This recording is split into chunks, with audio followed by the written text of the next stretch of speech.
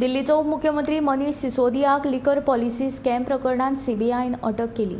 सिसोदिया हांची केंद्रीय एजन्सी मुखार चौकशी चालू आशिल्ली। वट्ट 8 वरां चौकशी केल्या उपरांत तांकां अटक केली। ह्या अटके उपरांत आम आदमी पक्षाच्या फुडाऱ्यांनी भाजप सरकाराचेर बरोच फोग काडला।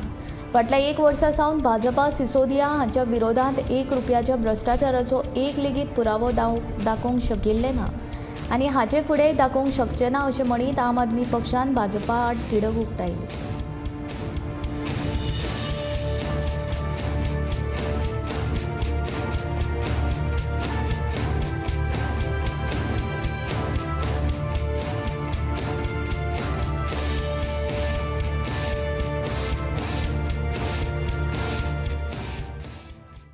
फरवरी 2023 ये तारीख भारत के इतिहास में एक काले अक्षर के तौर पर लिखा जाएगा। ये वो तारीख है जब भारतीय जनता पार्टी ने उस व्यक्ति को गिरफ्तार किया जिसने दिल्ली के बच्चों को एक उम्मीद दी, जिसने दिल्ली के बच्चों को एक अच्छा भविष्य दिया, जिसने देश के बच्चों को एक उम्मीद दी कि गरीब होने के बावजूद उन्हें एक सुनहरा भविष्य मिल सकता है।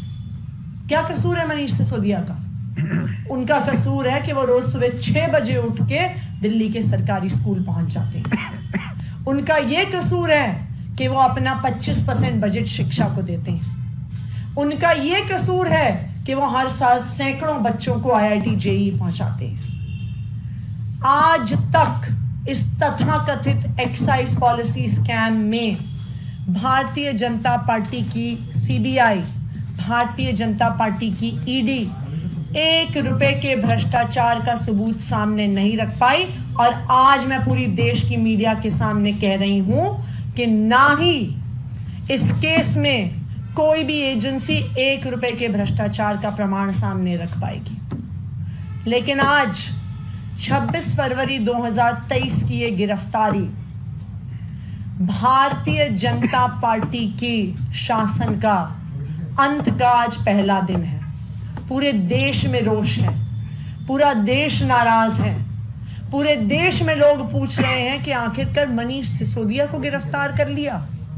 और आज मनीष सिसोदिया की इस गिरफ्तारी का जवाब देश के लोग देंगे, भारतीय जनता पार्टी के शासन को समाप्त करके देंगे।